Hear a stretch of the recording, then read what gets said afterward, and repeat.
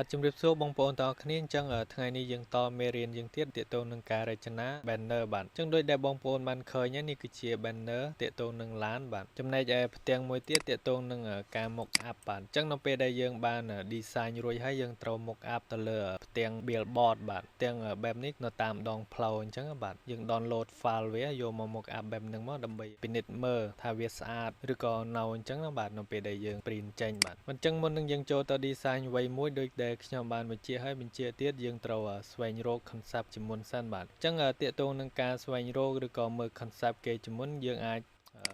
ចូលមកកាន់ Google មកហើយយើង search ពាក្យថា car banner design មកដល់បែបហ្នឹងមកវាចេញឲ្យនេះគឺជា concept ទាក់ទងនឹងការធ្វើឡានយើងអាចមើល concept គេហើយយើងអាចបញ្ចូលជាមួយ idea យើងបន្ថែមគំនិតយើងបន្ថែមទៅដើម្បីច្នៃឲ្យបានជា banner មួយអញ្ចឹងទៅបាទនេះគ្រាន់តែជា concept ទេបងប្អូនអាចយកទៅមើលបានបាទបងប្អូនច្នៃបន្ថែមអញ្ចឹងបាទយើងអាចយករបស់គេទាំងស្រុងទេបាទនេះគឺជាកន្លឹះក្នុងការ search មើល concept ខ្លះៗបាទអញ្ចឹងបន្តមកទៀតបងប្អូនត្រូវដឹងពីទំហំនៃ banner នឹងបាទអញ្ចឹងបើសិនបើយើងធ្វើឲ្យ client យើងត្រូវសួរទំហំ banner នឹងថាគាត់ចង់បានទំហំប្រមាណគុណនឹងប្រមាណហើយមួយទៀតយើងត្រូវស្រង់ព័ត៌មាននៅអ្វីដែលគាត់ចង់បញ្ចូលទៅក្នុង banner នឹងឲ្យអស់មកទាំង logo ទាំងរូបភាពបាទអញ្ចឹងប៉ុណ្ណឹងទាក់ទងនឹងកលឹះខ្លះៗនឹងការស្វែងយល់ខ្លះៗនៅពេលដែលយើង design banner អញ្ចឹងបាទអញ្ចឹងពេលនេះខ្ញុំសូមឧទាហរណ៍ទាក់ទងនឹងការធ្វើ banner បែបនេះមួយបាទអញ្ចឹងជាដំបូងខ្ញុំចូលទៅកំណត់ទំហំក្តារជាមុនសិនបាទអញ្ចឹងខ្ញុំប្រើ shortcut Control N មកឬក៏យើងចូលមកកាន់ file ហើយយក new តមកវានឹងបើកផ្ទាំងការងារថ្មីឲ្យយើងជាការស្រេចតទៀតយើងធ្វើការកំណត់ឈ្មោះហើយនឹងទំហំមកអញ្ចឹងកន្លែងនេះបងប្អូនអាចកំណត់ឈ្មោះមកអញ្ចឹងយើងធ្វើទាក់ទងនឹងឡានយើងដាក់ឡានមកបាទ car banner ខ្ញុំដាក់ car banner មកហើយទំហំយើងចង់បានប្រមាណគុណប្រមាណបងប្អូនដាក់កន្លែងឈ្មោះដែរមកដើម្បីងាយស្រួលចំណាំអញ្ចឹងបាទអញ្ចឹងឧទាហរណ៍ខ្ញុំយក3ម៉ែត្រគុណនឹង2ម៉ែត្រអញ្ចឹងទៅបាទចឹង3ម៉ែត្រគុណនឹង2ម៉ែត្រទំហំ banner ហ្នឹងបាទអញ្ចឹងបន្តមកទៀតទាក់ទងនឹងទំហំអញ្ចឹងយើងដាក់មកអញ្ចឹង3ម៉ែត្របើយើងគិតជាសង់ទីម៉ែត្រកន្លែងនេះប្រភេទយើងជ្រើសរើសមកផ្សេងបើយើងគិតជាសង់ទីម៉ែត្រវាស្មើ300សង់ទីម៉ែត្រគុណនឹង200មែនអត់អញ្ចឹងបើយើងដាក់បែបហ្នឹងសិនបើកុំព្យូទ័រយើងខ្សោយវាអាចនឹងធ្វើឲ្យកុំព្យូទ័រយើងគាំងអញ្ចឹងបាទប៉ុន្តែដើម្បីជៀសវាងក្នុងការកុំឲ្យកុំព្យូទ័រយើងគាំងឬក៏ពិបាកក្នុងការ design យើងត្រូវធ្វើវិធីមួយបង្រួមឬក៏បំលែងទំហំអញ្ចឹងបាទអញ្ចឹងទាក់ទងនឹងការបំលែងទំហំយើងត្រូវយកទំហំដើមគុណនឹង10ចែក100បាទអញ្ចឹងបងប្អូនត្រូវចំណាំកន្លែងហ្នឹងអញ្ចឹងរាល់ការធ្វើ banner ឲ្យទៅចាប់ពី1ម៉ែត្រឬក៏2ម៉ែត្រឡើងទៅយើងត្រូវធ្វើវិធីសាស្ត្រយកទំហំដើមគុណនឹង10ចែក100បាទអញ្ចឹងយើងធ្វើមួយមកបាទអញ្ចឹងខ្ញុំយកទំហំ300នេះសិនមកអញ្ចឹងយើងដាក់300មក300គុណនឹង10អញ្ចឹងយើងដាក់គុណ10មកតមកទៀតយើងយកចែក100អញ្ចឹង300គុណ10វាបាន3000តមកទៀតយើងយកមកចែកនឹង100មកដាក់ស្មើមកវាសល់30អញ្ចឹងយើងដកលេខ0មួយមកបែបហ្នឹងតមកទៀតខាងក្រោមនេះដូចគ្នាយើងធ្វើដូចគ្នាមកយើងលុបចោលសិនយើងយក200គុណនឹង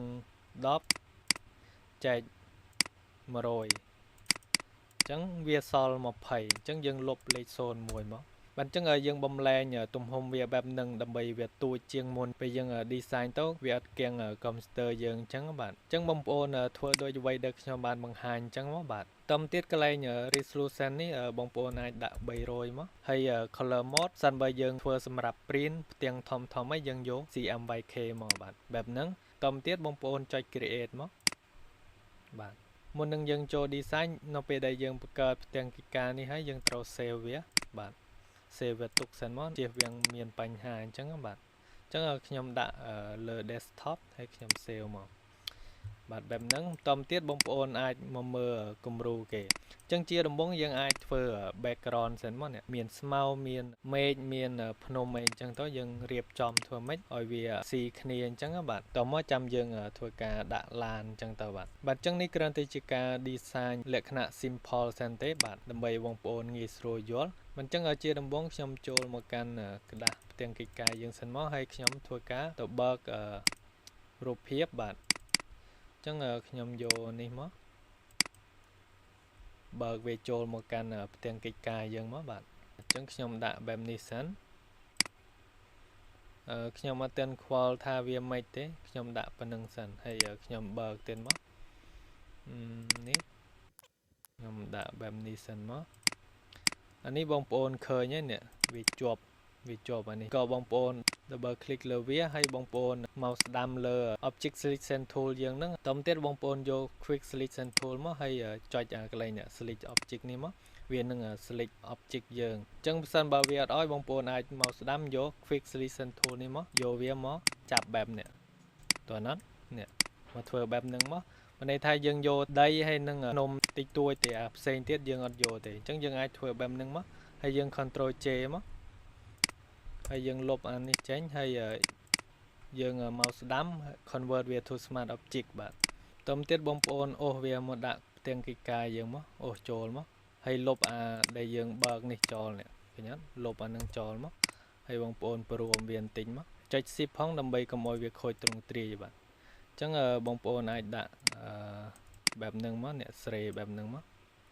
ទៅទៀតបងប្អូនអាចទាញអូសអានេះទៅលើមកនេះអូសទៅលើអញ្ចឹងមកឬក៏បងប្អូនទាញវាទៅលើបែបនេះបងប្អូនអាច control T មកស្ដាំយក distort ស្រេវាឬក៏បងប្អូនព្រមតិចមកព្រមមកល្មមមកអញ្ចឹងក្រោយនេះបងប្អូនអាចដាក់វាឲ្យទូចមកល្មមមកហើយអានេះបងប្អូន control J control T ចាប់ទាញវាមកអូសចុច shift មកអញ្ចឹងកាលណានៅឆ្ងាយក្រោយវាអាចនឹងទូចជាងខាងមុខអញ្ចឹងទៅអានេះបងប្អូនអាចប្រើម៉ាស់មក select លើ layer រូបភាពហ្នឹងបន្តទៀតបងប្អូនប្រើម៉ាស់ហើយបងប្អូនមើលផ្សិនបើនេះពណ៌សអានេះត្រូវពណ៌ខ្មៅបាទបន្តទៀតបងប្អូនយកប្រាស់មកហើយបងប្អូនបន្ថយ opacity បន្តិចមកបងប្អូនលុបវាម្ដងតិចបងប្អូនតឡើងតិចទៀតមកហើយលុបវាអញ្ចឹងបងប្អូនលុបឲ្យចូលមកអានេះបងប្អូនអាចខិតឲ្យចូលបន្តិចមកបងប្អូនធ្វើការលុបវាទៀតទៅចូលមកបើកមួយទៀតមកស្ដាំយក place embedded ហើយយកអាដដែលមកនេះប៉ុន្តែយើងយកវាដាក់នៅក្រោមគេឃើញអត់ដាក់នៅក្រោមអា2នេះអញ្ចឹងអា2ហ្នឹងបងប្អូនអាច select វា shift ហើយ select អាខាងលើមកស្ដាំយក convert to smart object មកយើង convert to smart object ចូលគ្នាបន្តទៀតយើងអាចប្រើ mask ដដែលហើយយើងធ្វើការលុបមកធ្វើម៉េចឲ្យវាចូលគ្នាយើង combine វាចូលគ្នាអាក្រមនេះយើងលុបចោលមកអញ្ចឹងអានេះបងប្អូនអូសទៅលើបន្តិចមកហើយដែលយើងយកចូលមិញនេះយើងឈរលើវាប្រើ mask ទៀតយើងលុបវាមកបាទឃើញអត់យើងលុបបែបហ្នឹងមកអានេះបងប្អូនអាចទាញឲ្យចូលនេះមកឲ្យវាកាប់មកកុំឲ្យវាសល់អញ្ចឹងបងប្អូនពិនិត្យមើលដែរធ្វើម៉េចកុំឲ្យវាសល់អញ្ចឹងទៅអញ្ចឹងអានេះបងប្អូនអាចស្រេមើលទៅបាទស្រេមកល្មមមកតទៅទៀតអាក្រមនេះមើលទៅវាដាច់ពេកបាទអញ្ចឹងយើងឈរលើ mask ដដែលយើងផាត់វាប៉ុន្តែយើងបន្ថយមក opacity ខ្លះមកយើងដាក់ត្រឹម20ឬ30មកហើយយើងធ្វើការផាត់វាអញ្ចឹងនេះគ្រាន់តែជាការធ្វើលក្ខណៈ simple ខ្លះទេអញ្ចឹងបែបហ្នឹងអញ្ចឹងបានប៉ុណ្្នឹងហើយយើងធ្វើការមើលរបស់គេទៀតវាមានភ្នំទៀតមែនណាអញ្ចឹងយើងអានេះយើងលុបចោលមកយើងចូលមកកាន់អានេះយើងហើយយើងធ្វើការយកភ្នំមកភ្នំនេះខ្ញុំយកអានេះមកប៉ុន្តែយើងត្រូវការតែភ្នំទេអាផ្សេងទៀតយើងអត់យកយើងធ្វើដូចគ្នា double click លើវាយក quick selection tool នេះយកវាមកគូដែរមកណាគូយកទៅភ្នំហ្នឹងមកហើយយើង control J មកស្ដាំយក convert to smart object ហើយយើងយក move to ចាប់ទាញវាមកដាក់ក្នុងផ្ទាំងកិច្ចការយើងអានេះយើងលុបចោលមកបាទយើងយកតែប៉ុណ្្នឹងទេហើយយើងប្រើ mask ទៀតយើងធ្វើការលុបទៀតមក លុបឲ្យវាចូលអញ្ចឹងបាទយើងធ្វើការលុបអញ្ចឹងមកហើយយើង Ctrl J Ctrl T យើងទាញវាទៀតដាក់វាចូលអញ្ចឹងមកអញ្ចឹងយើងស្រេមកល្មមមកឲ្យវាស៊ីគ្នាយើងឈរលើម៉ាស់យើងធ្វើការផាត់វាទៀតមកឃើញអត់សិនបើវាអត់ទាន់ចូលយើងផាត់វាទៀតមកឈរលើម៉ាស់យើងផាត់វាទៀតមកផាត់វាមកបែបហ្នឹងហើយនេះយើងអាច select វាទាំងពីរ mouse ស្ដាំយក convert to smart object ហើយយើងអាច Ctrl J មក Ctrl T យើងចាប់ទាញវាព្រមវាទៀតមកចឹងទៀតទៅហើយនេះយើងអាចម៉ាស់វាទៀតយើងលុបស្នាមនេះចេញបែបហ្នឹងអញ្ចឹងអាចទាញវាឲ្យមកដល់នេះមកឲ្យវាចូលមកក្រោយមកអញ្ចឹងអានឹងបែបហ្នឹង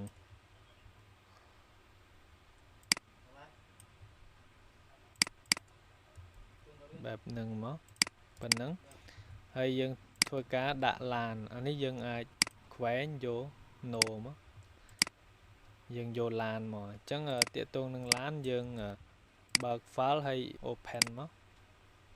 យើង double click ធ្វើការកាត់ background តាក់ទងនឹងការកាត់ background វាមានច្រើនវិធីសាស្ត្រយើងបានសិក្សាទីមួយយើងអាចយក object selection tool នេះយកវាមកចុចពីលើ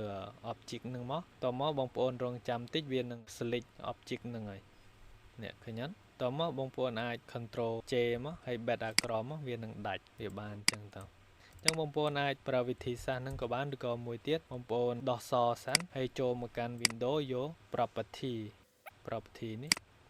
ហើយបងប្អូនយកពាក្យថា remove background មកក៏វាដាច់ដូចគ្នាដែរឃើញអត់នេះវាដាច់បែបហ្នឹងអញ្ចឹងបងប្អូនអាចប្រើវិធីសាស្ត្រណាក៏បានដែរឲ្យទៅលឿនបាទអញ្ចឹងខ្ញុំយកវិធីសាស្ត្រហ្នឹងចុះបន្តទៀតបងប្អូនអាច mouse ស្ដាំយក convert to smart object មកហើយបងប្អូនចាប់ទាញវាមកដាក់ផ្ទាំងកិច្ចការយើងមកតទៅទៀតបងប្អូនអាចប្រេកវាឲ្យមើលទៅធំល្មមទាក់ទងនឹងការព្រេកព្រមបងប្អូនអាចចុច shift ផងហ្នឹងហើយកុំឲ្យវាខូចទ្រង់ទ្រាយអញ្ចឹងយើងបានប៉ុណ្្នឹងហើយយើងមាននេះទៀត logo អញ្ចឹងយើងទាញ logo គេចូលមកយើងព្រមមកល្មមមកឬក៏យើងដាក់អីគេនេះចូលមកកាន់ view យក new កាយ layout មកនេះយើងអាចកំណត់អានឹងបានអញ្ចឹងអានេះកម្លាតវាតិចពេកឧទាហរណ៍ខ្ញុំយក80បាទ80ខ្ញុំដាក់ស្មើគ្នាទាំងអស់មកមើលតើវាបានប៉ុណ្ណាអញ្ចឹង80រៀងទូចទៀតអញ្ចឹងខ្ញុំយកវា100តែម្ដងយកវា100មកហើយខ្ញុំ copy ទៀតមកអញ្ចឹងខ្ញុំអូខេមកហើយខ្ញុំធ្វើការស្រេអានេះអញ្ចឹងយើងដាក់មកល្មមមកទាក់ទងនឹង logo បន្តចឹងទៅពីខ្ញុំបានយកឡាននឹង logo ចូលមកហើយបន្តមកទៀតខ្ញុំធ្វើការស្រេទៅលើ មេឃបន្ថែមទៀតបាទដោយសារវាមើលទៅចាំងពេកបាទខ្ញុំអាចបន្ថែមមេឃនិងពន្លឺបន្ថែមទៀតមកបាទអញ្ចឹងខ្ញុំចូលមកកាន់ file ហើយយក place សិនបាទយកនេះចូលមកបាទហើយខ្ញុំ tick មកហើយខ្ញុំអូសវាទៅក្រោយមកក្រោយបែបហ្នឹងមកហើយខ្ញុំស្រេកន្លែងណាដែលខ្ញុំចង់បានអញ្ចឹងទៅហើយខ្ញុំឈរលើវាប្រើម៉ាស់មកនេះតទៅទៀតបងប្អូនមើលផ្សិនបើម៉ាស់យើងពណ៌សអានេះយើងត្រូវពណ៌ខ្មៅអញ្ចឹងយើងអាចដាក់វាពណ៌ខ្មៅមកតទៅទៀតបងប្អូនប្រើប្រាស់ហើយកន្លែង opacity នេះបងប្អូនអាចយក100មកហើយបងប្អូនលុបមកបាទលុបកន្លែងណាដែលយើងអត់ចង់បានចេញមកប៉ុណ្ណឹងបាទអញ្ចឹងក្រោយនេះបងប្អូនអាចលុបថែមតិចតួចទៀតក៏បានដែរបាទប៉ុណ្ណឹងចុះបន្តទៀតបងប្អូនអាចចូលមកកាន់ file ខ្ញុំយកមេឃបន្ថែមទៀតអញ្ចឹងខ្ញុំរកមើលមេឃណាដែលវាមើលទៅទំនងអញ្ចឹងបាទ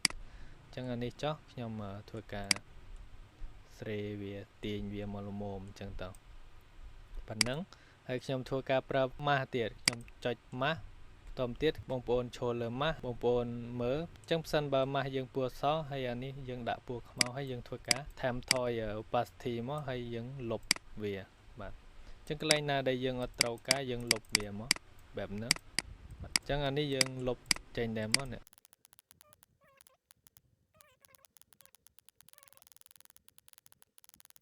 បាទអញ្ចឹងយើងស្រេមើលទៅបាទបណ្ណាស្អាតអញ្ចឹងបាទអញ្ចឹងអានេះគ្រាន់តែជាការឧទាហរណ៍អញ្ចឹងវាអាចធ្វើទៅបានល្អ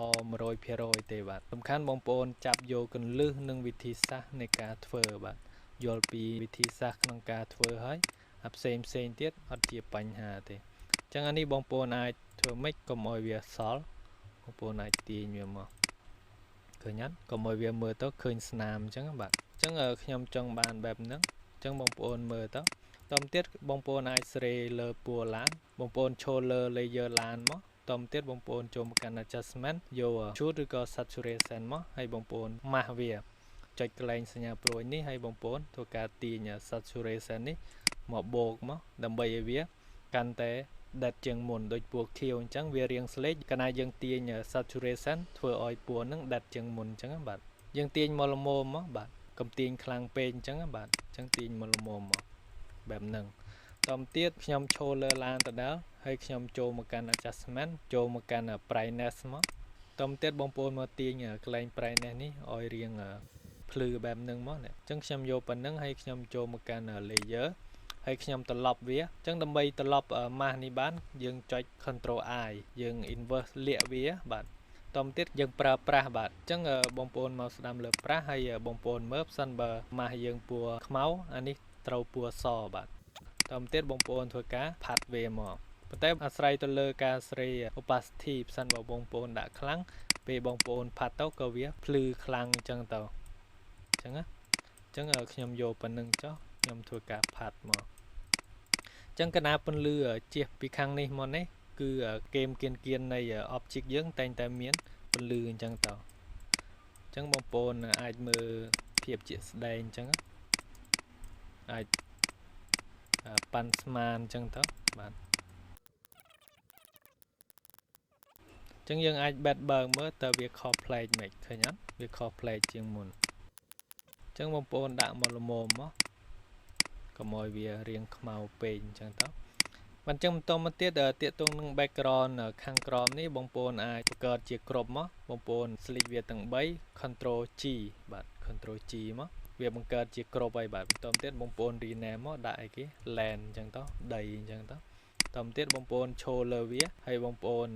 ចូលមកកាន់ adjustment ហើយបងប្អូនយក curve មកឬក៏ brightness ក៏បានដែរហើយបងប្អូនធ្វើការទាញវាចុះមកក្រោមបែបនេះឲ្យវារាងល្ងឹតអញ្ចឹងបាទបងប្អូនស្រេមកល្មមមកប៉ុណ្ណឹងតមកទៀតខ្ញុំចូលមកកាន់ layer អញ្ចឹងបន្ទាប់ពីបងប្អូនស្រេ brightness ហើយវារាងល្ងឹតបែបនេះបាទអញ្ចឹងបងប្អូនចូលមកកាន់ layer mask តមកទៀតបងប្អូនប្រើប្រាស់មកអញ្ចឹងផ្សិនបើនេះពណ៌សអានេះត្រូវពណ៌ខ្មៅបាទអញ្ចឹងយើងធ្វើការលុបកន្លែងណាដែលយើងអត់ចង់ឲ្យវាខ្មៅឬក៏អីអញ្ចឹងអញ្ចឹងយើងធ្វើការលុបវាមកអញ្ចឹងយើងតម្លើង opacity ហើយយើងធ្វើការលុបវាបែបហ្នឹងមកអញ្ចឹងអានេះខ្ញុំអាចលុបទៀតមកអញ្ចឹងកន្លែងខ្លះវាមានពន្លឺកន្លែងខ្លះវាអត់អញ្ចឹងទៅបាទអញ្ចឹងបងប្អូនអាចមើលទៅតាមភាពជាក់ស្ដែងអញ្ចឹងទៅទៀតបងប្អូនចង់បន្ថែម small វាបន្ថែមទៀតបងប្អូនអាចចូលនៅក្រោមឡានយើងលើ layer ណាមួយមកឲ្យទៅក្រោមឡានបន្តទៀតបងប្អូនចូលមកកាន់ add new layer នេះមកនេះសញ្ញាបូកហ្នឹង add វាមួយបន្ថែមមកបន្តទៀតបងប្អូនប្រើប្រាស់ហើយអានេះបងប្អូនយករាងខ្មៅមកបាទបែបហ្នឹងហើយបងប្អូនមកស្ដាំលើប្រាស់បងប្អូនទាញអានេះឲ្យរាងថ្ប៉ែតមកប្រាស់យើងហ្នឹងបែតមកហើយយើងស្រេទៅតាមវ័យដែលយើងចង់បានអញ្ចឹងទៅតាមទៀត opacity យើង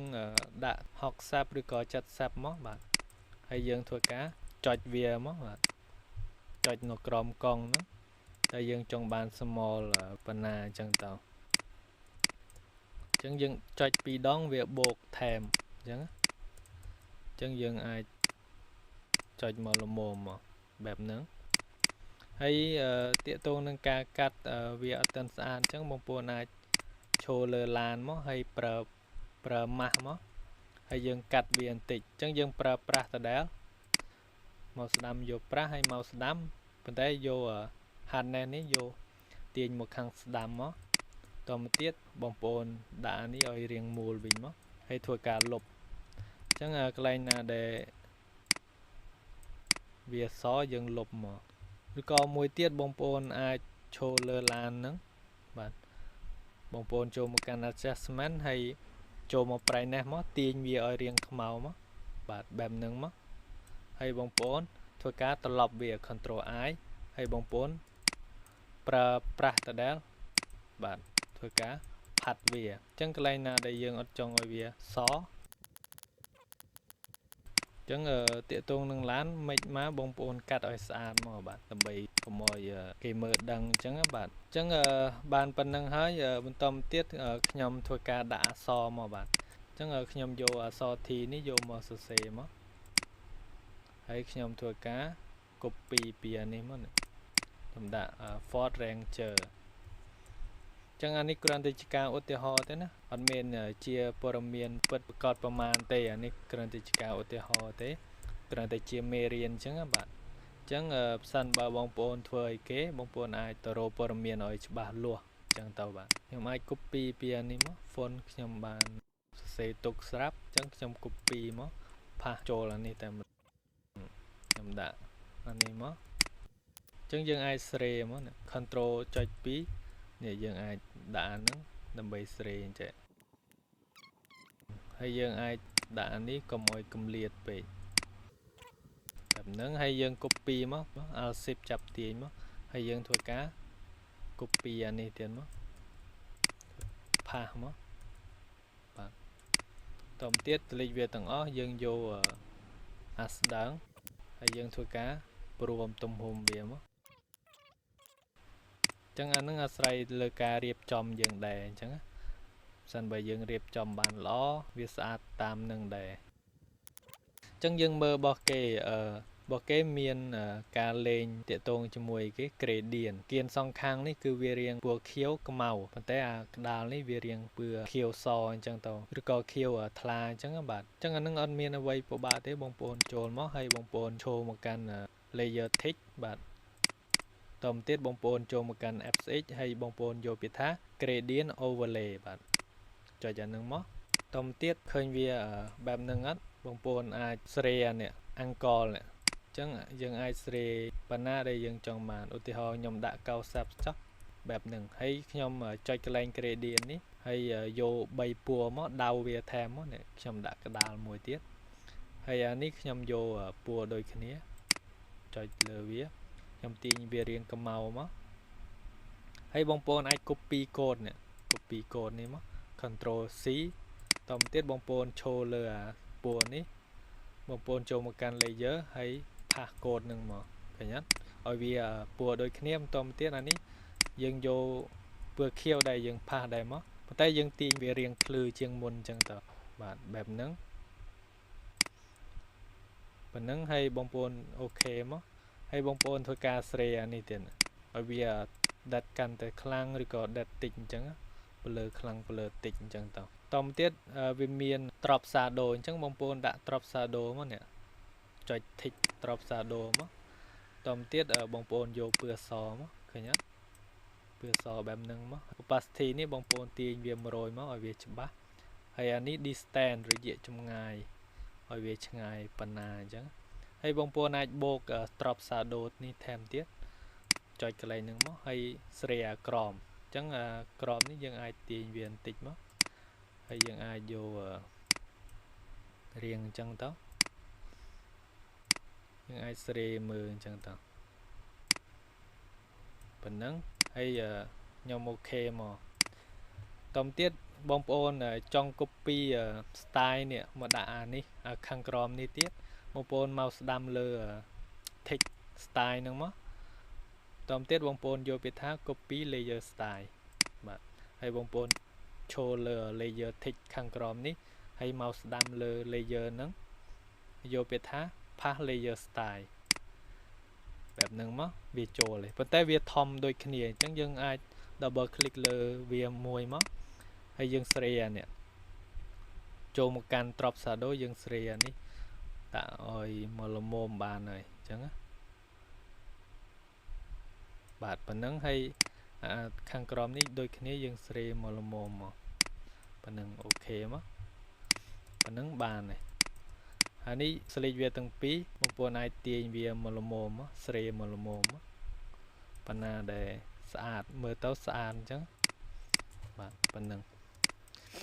បងប្អូន control ចុច2ដើម្បីលាក់វាសិនហើយខាងក្រោមនេះបងប្អូនអាចដាក់ជាលេខទំនាក់ទំនងបន្ថែមទៀតក៏បានដែរបងប្អូនអាចបញ្ចូលតាមអ្វីដែលបងប្អូនចង់បានមកអញ្ចឹងប៉ុណ្ណឹងតាកតងនឹងការធ្វើ banner បាទអញ្ចឹងបន្ទាប់ពីបងប្អូនបានធ្វើឲ្យបងប្អូន export វាមកបាទខ្ញុំចូលមកកាន់ file យកពាក្យថា export ឬក៏ export as ហ្នឹងតទៅទៀតកន្លែងនេះបងប្អូនដូរទៅ grade មកហើយបងប្អូន export ឬទីតាំងតមក save មកអញ្ចឹងខ្ញុំសូមបញ្ជាក់ប្រាប់មួយទៀតទាក់ទងនឹងការ save សម្រាប់ print banner គឺយើង save ជា PDF អញ្ចឹងឥឡូវខ្ញុំបាន export វាជារូបភាពហើយតទៅទៀតខ្ញុំធ្វើការ mock up វាអញ្ចឹងកាលណាយើងបានធ្វើរួចគឺវានឹងចេញបែបនេះប៉ុន្តែខ្ញុំចង់ mock up វាបាទអញ្ចឹងខ្ញុំសូមបើកផ្ទាំង artboard ណាមួយនេះបាទអញ្ចឹងខ្ញុំ double click លើវាមកហើយនេះខ្ញុំ double click លើវាហើយខ្ញុំលុបអាចាស់មកបាទតទៅទៀតបងប្អូនចូលមកបើក banner យើងមកនេះខ្ញុំធ្វើការទាញវាមកអញ្ចឹងវាអត់ស្មើទេខ្ញុំធ្វើការទាញវាឲ្យស្មើមកបាទបែបហ្នឹងតទៅទៀតបងប្អូនខ្វែងយក yes មកនេះគឺជាអ្វីដែលយើងបាន mock up តាក់ទងនឹងការធ្វើ banner ឬក៏អ្វីមួយតាក់ទងនឹងការ print អញ្ចឹងយើងគួរតែ mock up ដើម្បីឲ្យ client យើងមើលអញ្ចឹងបាទអញ្ចឹងដោយដែលបងប្អូនឃើញហើយនេះគឺជាការ mock up បាទនៅពេលដែលយើង design រួចអញ្ចឹងបាទអញ្ចឹងបងប្អូនអាចធ្វើបែបនឹងបានអញ្ចឹងអានេះយើងអាចលុបចោលមកអានេះគំរូចាស់ទេអានេះយើងអាចលុបចោលមកបាទអញ្ចឹងអានេះគឺជាអ្វីដែលយើងបាន design ហើយយើងបាន mock up អញ្ចឹងបាទគឺវាមានលក្ខណៈបែបហ្នឹងបាទអញ្ចឹងទាក់ទងនឹងការធ្វើ banner នេះសង្ឃឹមថាបងប្អូនទាន់ហើយនឹងយល់បានកាន់តែច្រើនបាទនៅអ្វីដែលខ្ញុំបានបង្ហាញនៅក្នុងការធ្វើ banner នេះបាទអញ្ចឹងចំពោះមេរៀនថ្ងៃនេះមានតែប៉ុណ្្នឹងទេចាំយើងជួបគ្នានៅវីដេអូមេរៀនជាបន្តបន្ទាប់ទៀតអញ្ចឹងសូមអរគុណនិងសូមជម្រាបលា